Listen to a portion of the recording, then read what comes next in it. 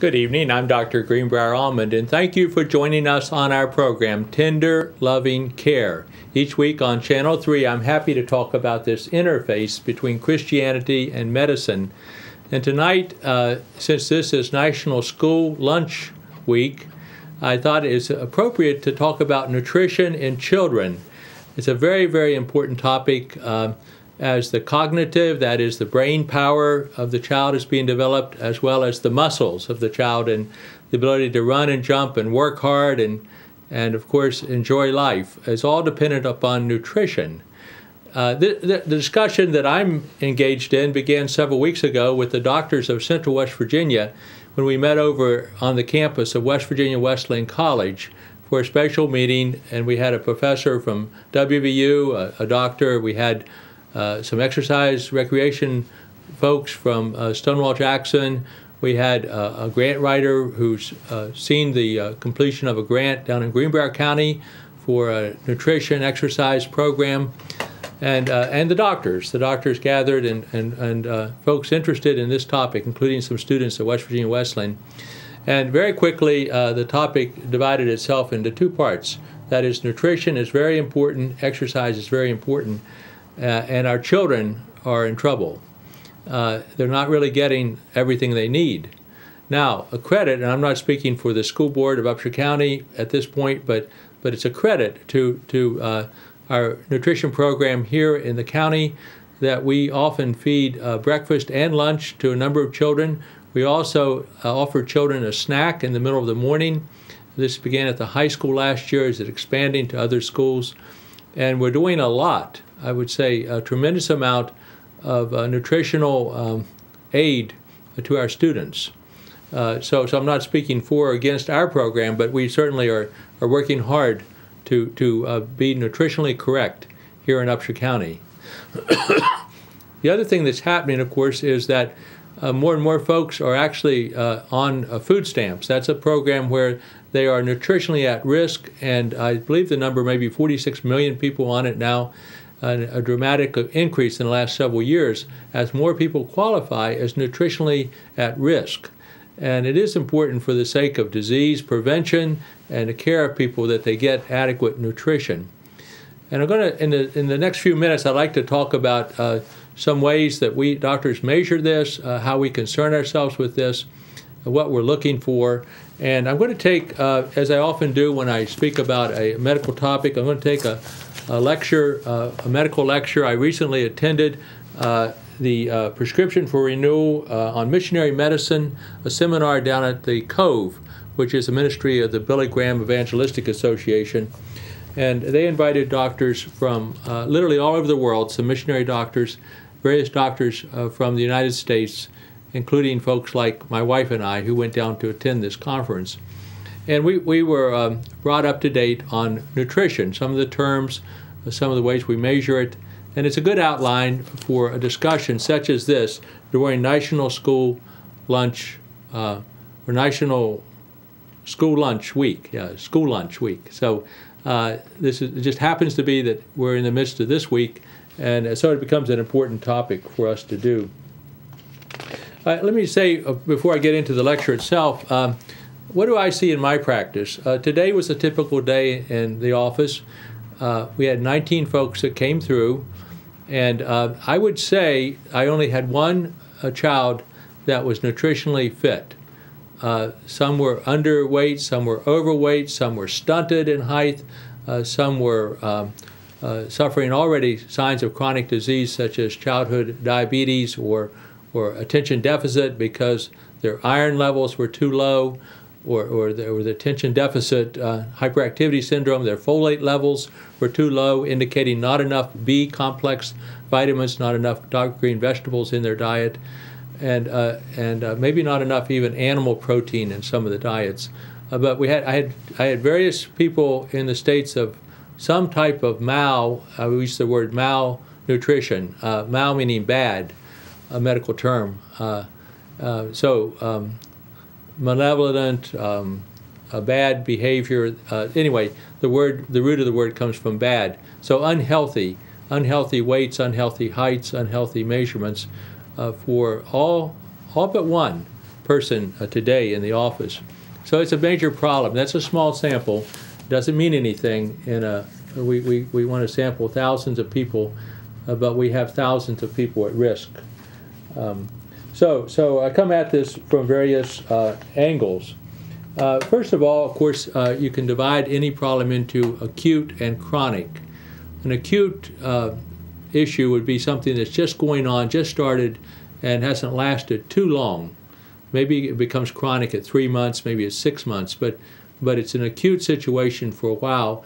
And we all know people who may be malnourished for a short period of time.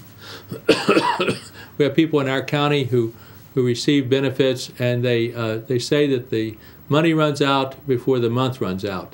So they have a problem for a week or so every month when they don't get enough to eat. They can't buy it. They just don't have the resource to do that. And of course, a chronic problem is one that goes on a long period of time, and we know situations where that happens too. We have within our school system again children who appear not to eat over the weekend, and that's week after week after week. And so if you know anything about, as I'm going to try to teach you about the liver, how it stores energy, it only takes a disturbance of a day or two a week to begin to affect the liver, the ability to store energy, the ability to clot blood, the ability to have an immune system that works. And the liver does over 100 things for us, and it has to be fed on a regular basis. Even 2 days a week is too little. Ideally, if we think about where do we need to be with the number of calories, we shoot for 2,100 calories a day. I tell people who are overweight, if they want to go on a diet, they may want to go back to 1,800 calories a day, never below 1,500 calories a day, because they won't get the nutrition they need. They just can't do it with those too few calories. But just pick a number like 2,100 as a middle mark. The other thing that I commonly teach when I'm talking to my patients about nutrition and getting into balance, getting out of malnutrition and into good nutrition, I remind them that a calorie is 3,600 calories. A pound is 3,600 calories. So I want folks to if they intend to gain weight, to go slowly, eat an extra 300 calories a day. If they want to lose weight, to go slowly, take in about 300 calories less every day. And of course, always focus on nutrition, on the proper diet. If you go across the world, children are dying, one child every 10 seconds due to malnutrition. Now, of course, you think immediately of Africa and the Sudan or places like that, and it's true. These are hot spots for children who are starving. But we have it right here in Appalachia. Some folks, even when you look at the United States public health departments, and they would consider almost Appalachia another part of a third world country almost. And maybe for that reason, West Virginia actually has more obesity than any other state, the highest rate of obesity, and it's increasing year by year. But that's a late consequence of malnutrition. Children who've been underfed are more prone later to be obese, to have diabetes, to have other problems. So every 10 seconds, although a child dies around the world. That's an important number to keep in mind. And that's more than die of HIV, which is an epidemic in our country, of tuberculosis, which is coming back because more people are on drugs, and they're getting chronic infections, and they get TB. TB is getting harder to treat. And then, of course, even more than adding malaria in there, which affects a large population across the world. So all those major diseases combined, still more people and more children die of malnutrition. So it's a big issue. It's a very big issue. Well, let's talk about then the acute stage of metabolism and what we're looking for in our children. Now, I have the privilege as a doctor to order a variety of lab. I'm not surprised at all if I see that the child does not have enough iron stores. I particularly, the population that comes to me, have been tagged as having behavioral problems in school, or maybe their parents report behavioral problems in the home, or a coach reports behavioral problems, but the child has something acting out, overacting type behavior, and then they may get a referral to me. And so I begin to sort it out, and I do some basic lab. It's about 85% of the time the iron stores are low, meaning the child is not getting enough dark green vegetables, not enough animal protein, say in liver, things like that, and they're not getting enough iron by itself, maybe vitamin with iron, or however it could be supplemented to the child.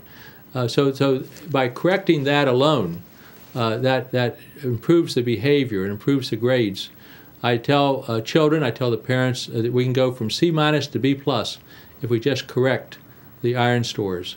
At the same time, we want to correct vitamin A stores. We want to get the folate stores corrected. These are basic things that we see over and over in the acute stage when children are showing some distress signs, they're acting out signs, and they can be corrected. The World Health Organization said that normal child growth is important, especially in the first 5 years of life. Unfortunately, and again, we're talking, this is National School Lunch Week, younger children don't get the benefit of school lunch. Of course, they have the benefit of parents who care, grandparents who care, but there may be some nutritional patterns that are there even before the child gets to school. So there could be even severe wasting. And one of the measurements that we like to do, and there's basically 3 measurements that we do with children, and that would be height, weight.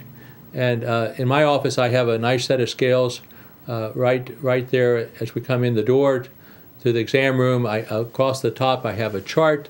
I let the child help with the weight and the height, moving the scale back and forth until it's balanced, and then recording the right value. Then we look up on a chart across the top, and say I have an 8-year-old child. I follow the 8-year-old line, and we plot their weight and their height, and we find out what percentile they are.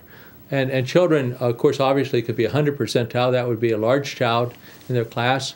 They could be 0 percentile. They could be 100 children larger than them for that age, no children smaller than them. And we have children all over the place, but early on we're seeing wasting. We're seeing children who are not growing in height, and they may have a waist circumference or overall weight that's normal, but they're not tall enough. That would be an early sign. Or you can take a measurement around the arms, halfway between the shoulder and the elbow, and take a measurement there. And if it's greater than 12.5 centimeters in circumference, then that's going to be okay. If it's less than 11 centimeters, then that's going to be a deficit. And someplace in the middle there is a deficit that we hope to correct without seeing too much wasting of the muscles. Remember, the heart's a muscle. Remember, of course, the brain itself is made up of nerves, and the nerves need to be fed, even preferentially, before the rest of the body is fed. But you're in trouble if there's wasting in that mid-arm region. So we do things like that with the children. No expensive lab test, nothing too complex, but very helpful when we start to treat the children I see, and I'm sure other doctors do something similar to what I'm doing. Now, so we're talking a little bit about acute, and now let's talk a little bit about chronic, and what we just I always called stunting, or we had a slang word, puny. People are just not looking strong. Maybe the child that's picked last in sports, when we did a lot of sandlot ball, we choose up sides, and the smallest child, might be by age, but it might be by nutrition, is often chosen last. And if there's bullying going on, which is yet another topic, but the smaller child may be bullied. And so we know what stunting is. And it occurs most significantly in the first 1,000 days of life. So again, this is outside the purview of where most of us see the child. The school cannot solve this problem. The first 1,000 days, or the first 2 to 3 years of life. And it's very important that the child have good nutrition during those times. Stunting is either moderate or severe, and I'm a tall man. When I go to the Philippines, the Filipino are smaller, but they only have food in the Philippines to feed 85% of the people that actually populate their islands. So all of them are eating less so that no one starves. But it does result in some stunting. Of course, they have the genetic loading and so forth for smaller body sizes. But a lot of the Filipinos that come to America, and within one generation, we see that the children are just as tall as any other American. So stunting is a factor even in the Philippines and certainly in other third world countries.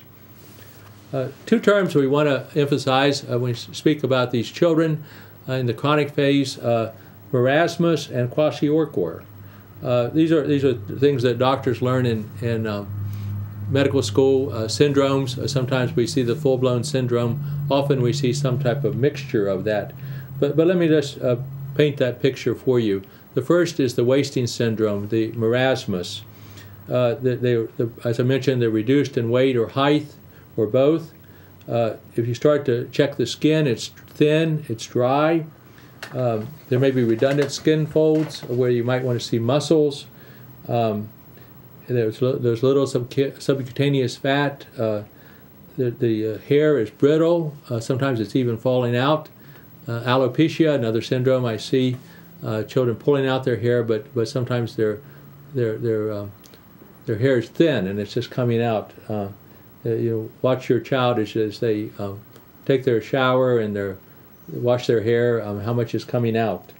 Hypothermia, maybe they feel cold all the time, maybe the temperature is lower than normal. Actually, the temperature, 98.6, is another medical fact of interest, is not really well validated. That's a common, we say that's normal, 98.6, but we have a lot of people who have under 98.6. And they will tell me when if I'm measuring that in the office or they're going to another doctor and I'm looking at the record that they're always low in their temperature. That would be hypothermia. It may point toward some malnutrition. The other things would be a slower heart rate and then a lower blood pressure. So the heart rate is usually anywhere between 60 and 100. So under 60 would be slow. The blood pressure is usually the child's age, or 50 plus double the child's age. So if a child is 5 years old, then 50 plus 5 plus 5 would be 60, and that would be okay. That'd be okay for a blood pressure measurement, one of the blood pressure measurements, and the other might be lower than that, even 40. So we don't expect high blood pressure in children, but it could be hypotension. If it's much lower than that, even the child's in trouble. And of course, that would be a low blood pressure for an adult. Might even be shocky for an adult. And then the other thing is severe constipation. It's not uncommon at all, again, in my office, to hear that children don't have a bowel movement every day. Many children who have good nutrition would have a bowel movement after every meal. So you can see a difference. If a child's going once a week or twice a week to the bathroom, there's a problem of some type. Maybe it points toward nutrition. Another syndrome, we call it kwashiorkor, and this is the more edematous syndrome. This is where the protein has already dropped so low. And by the way, I get another value when I'm working with children. I get the albumin level, which is very inexpensive to do, about a $3 test, or I get a total protein or both. And if the albumin is getting low, the child is in trouble because that's the egg white of the body, and that points toward some severe disease. In this case, when we're talking about nutrition, kwashiorkor, that there's edema, there's swelling, the belly looks swollen, maybe the face looks puffy. Sometimes I see cute children, I'll say, oh, what a nice round face. Then as I take the syndrome, I realize it's round, but it's all edema. Maybe it looks like the moon. We even call them moon faces. And they look cute. Of course, children look cute, but it can be a sign of malnutrition to have that round face and look like the moon, like the man in the moon. Of course, there can be thin, dry skin again. there can be the brittle hair. Sometimes it's hypopigmented. We were out looking at the leaves this week, and we stopped to look at an old log cabin that's an exhibit for how the pioneers lived. And they were making their own wool and mixing it with linen from flax. And they had some of the mixture of the flax as it was being put together and scraped and combined, and it was white in color. It was fluffy, and the exhibitor called it. They said this is what we call toe, and then we get the expression towhead. And when I was a little boy, I was called a towhead. I remember my parents calling me that. I was blonde, very blonde. I stayed out in the sun all summer. But that collar, that very blonde collar, and then if it's more fluffy and thin, then it's properly called a towhead. And the pioneers were identifying that. They probably didn't realize they were also identifying a malnutrition state in their own child when they called that, because when the pigment goes out, the hair gets too fluffy and thin. That points toward malnutrition. So that's part of a Kwashiorkor syndrome. Of course, we start to see the liver actually enlarging, even as it's not storing anything but fat. That's in trouble, and there's a lot of distension. So those are things that we commonly think about. Well, during this National School Lunch Week, what are the nutritional needs? How do we address them? Not just to paint a picture of something that's too sad, because we have to deal with it. If we don't deal with it, our children will not be cognitively sharp. They won't be competitive in the business and even in mining or forestry or the jobs that require a lot of energy, the gas well jobs. We need to have well-nourished children, and all of us being well-nourished. There's three levels again of things that you can think of, and of course there are specialized nutritional products. I don't want to promote one product over another. Would not be my job tonight, but we want to have all the micronutrients that we need, the minerals, like the iron, the vitamins like A and B and C, and we want to have zinc. A lot of children actually die of zinc deficiency, and if I remember when I was a child, my dad would put zinc oxide on wounds or maybe sunburn. And zinc is healing to the skin, but we can have people without these micronutrients. There's a variety of them, and of course there's what we call the macro nutrients, the carbohydrates, the proteins, and what we have discovered is that it is proper to have more or some meat nutrients. It could be or animal fat nutrients. It could be milk, of course, or cheese. We don't have to. People can be vegetarian and not take beef or pork or things like that. But we do need to get some animal nutrition in the body of our children too. And again, a target maybe of 2,100 calories with a ratio. We have excellent nutritionists in our school system, and they do a good job balancing this. We also have state laws that tell us what we need to have. So we have guidelines to follow. And if you have any difficulty, of course, you can go to a nutritionist, get a consultation yourself, and know exactly what you have to have in the micro and the macro nutrients. There's some ready-to-use foods. A lot of the veterans, when they're overseas, they're not cooking. They're in the heat of battle, and they have these meals that are prepared ahead. The astronauts, when they go to outer space, they had these meals prepared.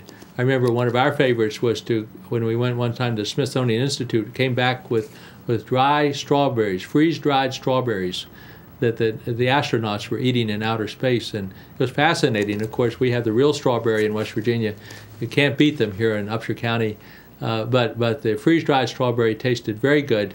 I mean, you just add water and mix it up, and it comes back to life as a strawberry. So these are ready-to-use foods that are out there. These come, of course, in the supplemental type foods where you're just trying to supplement what people are already able to eat. There's Plunky nuts.